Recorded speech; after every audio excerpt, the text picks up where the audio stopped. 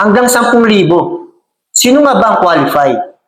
At paano mag-apply? May bago na namang loan program ang Pag-ibig Fund.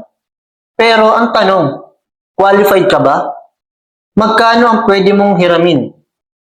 Totoo bang hanggang 10,000 ang loan at may 3 buwan grace period bago ka magsimulang magbayad? Sa video na ito, ipapaliwanag natin ang lahat na kailangan mong malaman tungkol sa Pag-ibig Safe Loan this year 2026. Kaya kung miyembro ka ng Pag-ibig o may kakilala kang gustong mag-loan, panoorin mo ang video hanggang sa dulo dahil baka ito na ang loan program na hinahanap mo. Welcome back sa ating channel. Ako nga pala si Mr. Jason Ariel Andrade. Dito nagbabahagi ako ng mga impormasyon patungkol sa trabaho, government benefits, at mga programang makakatulong sa bawat Pilipino. Kung bago ka pa lang sa ating channel, huwag kalimutang mag-like, mag-subscribe, at pindutin ang notification bell para updated ka sa ating mga susunod na videos. Magandang araw po sa inyong lahat. Ako po si Mr. Jason Ariel Andrade, isang HR Generalist Officer, isang Safety Officer, and also a former First Aider. Ako po ay gumagawa ng mga video content patungkol sa tips sa trabaho, tips sa safety, tips sa first aid, at marami pang iba katulad ng pagtulong at pagbibigay ng serbisyo sa kapwa. A leader, a friend, and a servant. A proud member of Alpha Phi Omega Fraternity, samahan niyo po ako sa isang makabuluhang talakayan. Kung nais ninyo ng mga ganitong video content, huwag kalimutang i-like, i-share, i-subscribe, at i-click ang notification bell upang palagi kang updated sa ating mga videos.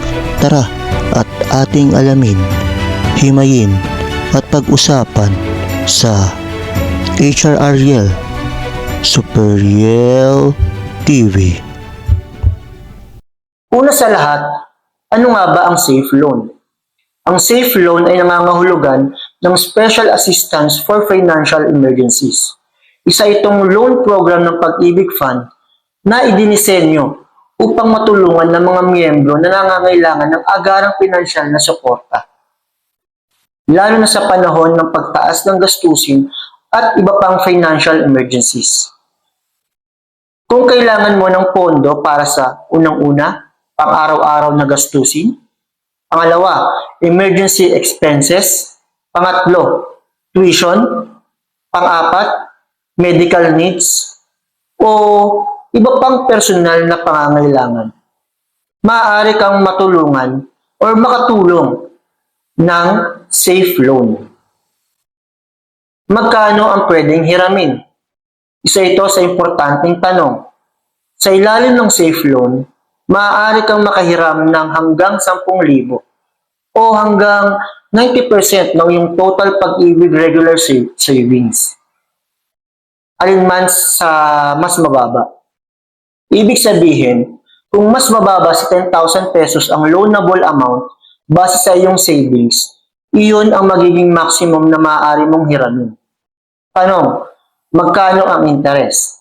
Isa sa mga magagandang features ng Safe Loan ay ang mababang interest rate. Ang annual interest rate nito ay 5.95% kada taon. Mas mababa ito kumpara sa maraming lending companies at online lending apps. Tanong, kailan magbabayad? Isa pang magandang balita, may 3 buwang grace period bago magsimula ang iyong loan repayment. Pagkatapos nito, maaari kang pumili ng repayment term na 1 taon, 2 taon, at 3 taon. Depende sa iyong kakayahan at sa mga option na available sa iyong application. Tanong, sino ang qualified? Hindi lahat ay automatikong qualified.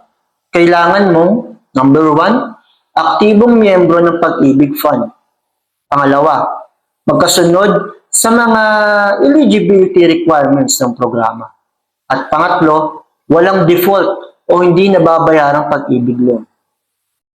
Kung meron ka ng kasalukuyang multi-purpose loan o calamity loan, maaari ka pa rin maging eligible depende sa iyong natitirang loanable amount at evaluation ng Pag-ibig. Tanong, paano mag-apply? May 2 paraan para mag-apply. Una, online sa pamamagitan ng virtual pag-ibig. Mag-login sa iyong account at piliin lamang ang safe loan kung available. Kumpletuhin ang application at isubmit ang mga kinakailangan na impormasyon. Pangalawa, personal na pumunta sa pinakamalapit na pag-ibig branch. Magdala lamang ng mga valid government-issued ID at iba pang dokumentong maaaring hingin ng branch. Kapag na-aprobahan ng application, ang loan proceeds ay ipapadala sa iyong registered disbursement account tulad ng Pag-ibig Loyalty Card Plus o iba pang aprobadong account. Tandaan, bago ka mag-loan, tandaan mo ang mga sumusunod. Number 1, huwag umutang kung hindi naman kailangan. Pangalawa, siguraduhin kaya mong bayaran ang buwan ng hulog.